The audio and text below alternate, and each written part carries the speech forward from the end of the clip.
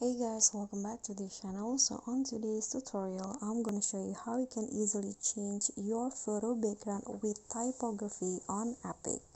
So first just add your photo, and then in here go to the options, add photos, and add the typography background. I downloaded it from Pinterest, so maybe you can just find it on Pinterest or Google, then just fit the size. Okay, you can zoom in like this until it fits the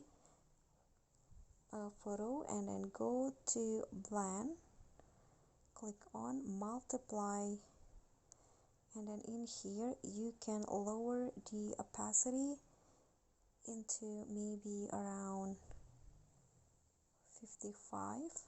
Then after that go to erase and erase the part that is overlap with the person, so you can just erase it like this.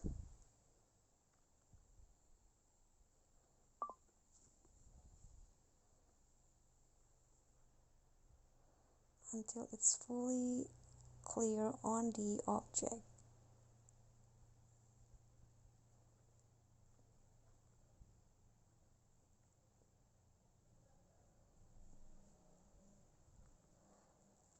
Okay, after you're done, just click on the check icon, and here is the final result. So here is the before and here is the after.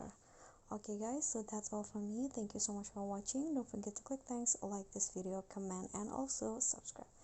I'll see you all on the next videos. Bye.